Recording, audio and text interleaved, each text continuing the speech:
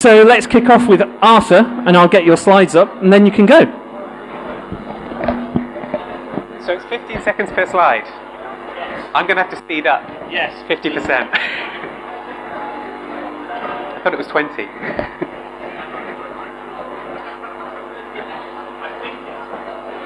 slides. We'll see how we go. There you go. You're off. Okay. Are we going? Yeah. Okay. Imagine it's 2049 and we're at the edge of the world's last landfill, and all of the others have been mined, all the precious materials have been taken out and we've used them. Back to 2019, my name's Arthur Rowland and I'm a waster. I have this sort of pain when I put things in the bin, and that's led to me here today wanting to talk to you about circular economy. But before I go into that, I want to talk about infinity. Now, infinity is is something that we often conflate with big numbers. So if I told you had £40 billion in your current account, you'd feel like you had an infinite amount of money. It's more than you could ever spend. And what's more infinite than sand?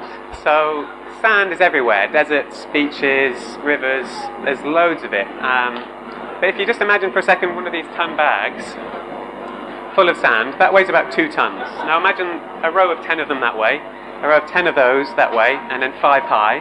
That's how much sand we get through in 1 second. So globally we get through 40 billion tons of sand per second, and it's running out. We have limited amount of it. So there's things like sand smuggling and sand dredging, illegal sand trade. So the point I'm trying to make here is that if sand isn't infinite, then nothing's infinite. And the way that we do business and make things now depends on this idea that we can take things infinitely, and which is not the case. So going back to the example of the water bottle in the landfill that I didn't mention earlier, the way that we've come about this is we've taken something from the ground, we've refined it into a kind of plastic that's perfect for bottles, and then we've used it for a bit, and then we've thrown it away where we found it 30 years later in a landfill. So this is the line in linear economy from take, make, use, and waste. So this is how we normally do things. But there is a more sustainable way to do it, which is based around circular systems. So for example, we can drink from a coconut. When we throw that away, it'll get broken down by bugs and microbes, turn into leaf mulch, which can then go into feeding a coconut tree, and then we've gone full circle, coconut to coconut. So that's an example of a material loop. So in the circular economy, everything that we make has inputs that are renewable, and outputs that can be understood by other things. So it gets a bit more complicated when we go into a civilized world. Things like smartphones we can't leave in the bush and expect them to biodegrade, but we can design phones in a circular way. This modular phone is an example where we can do just that. And I also want to talk about 2 things that you might not anticipate going together, which is fire hose and luxury handbags. This is an example of a company in London who located, they noticed that the fire hoses were being thrown away after they've been in service for a few years, because they're such high pressure that they're thrown away in quite good condition.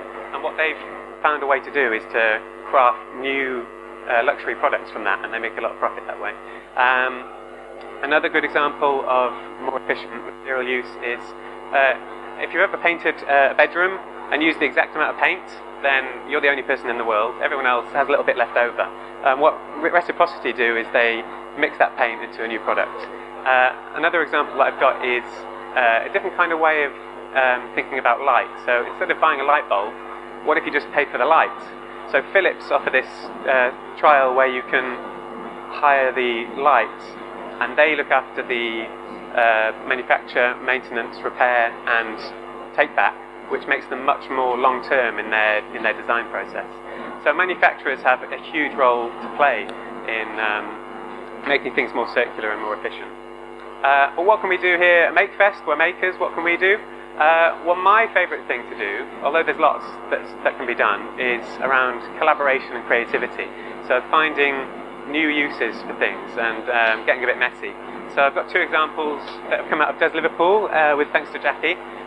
One is this sheet of 3D printed waste, which we've compressed, and it laser cuts really nicely.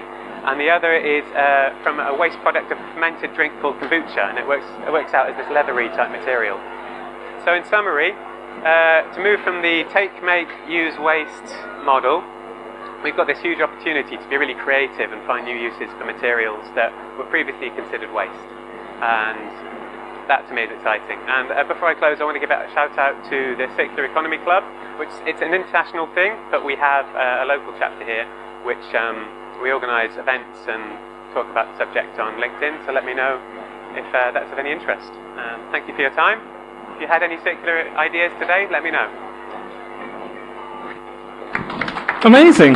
Thank you very much. Okay. Well done. You managed to do it in 15 seconds a slide. I had to shave